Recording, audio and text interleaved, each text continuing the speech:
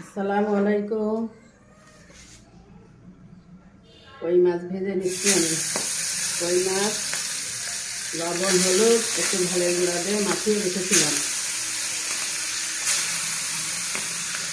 আমরা একটু ঝাল খাই বেশি, এই ঝাল মাখিয়ে রাখলে তো মাছের ভিতরে একটু ঝাল ঝাল হয়, ভালো লাগে। আমরা একটু ঝাল বেশি খাই।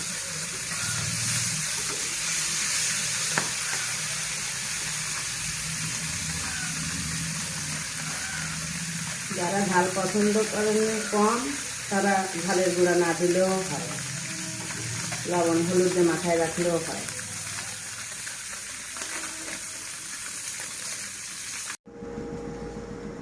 মাছগুলো ভাজা হয়ে গেছে, তুলে নিলাম। এবার আমি পেঁয়াজ,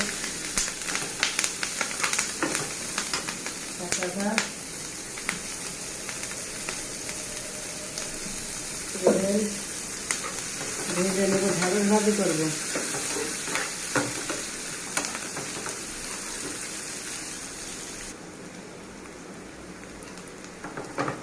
ঝাল পেঁয়াজ আমার ভাজা হয়ে গেছে।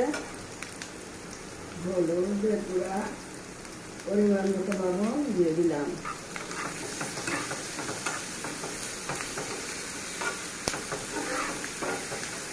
এবার ঢেঁড়সগুলো দিয়ে দেবো।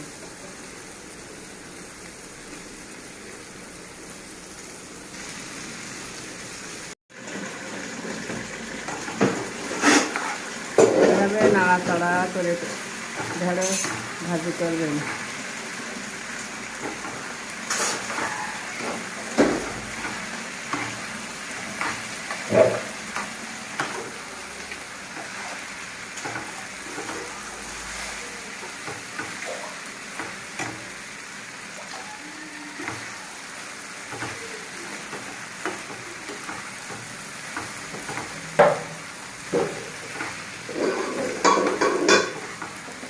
আমার রান্না আপনাদের কাছে ভালো লাগে কেমন তা জানি না, জানাবেন।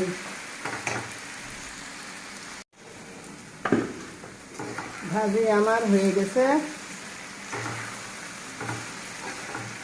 ভালো লাগলে সাবস্ক্রাইব করে দেবেন পরবর্তী ভিডিও দেখার জন্য।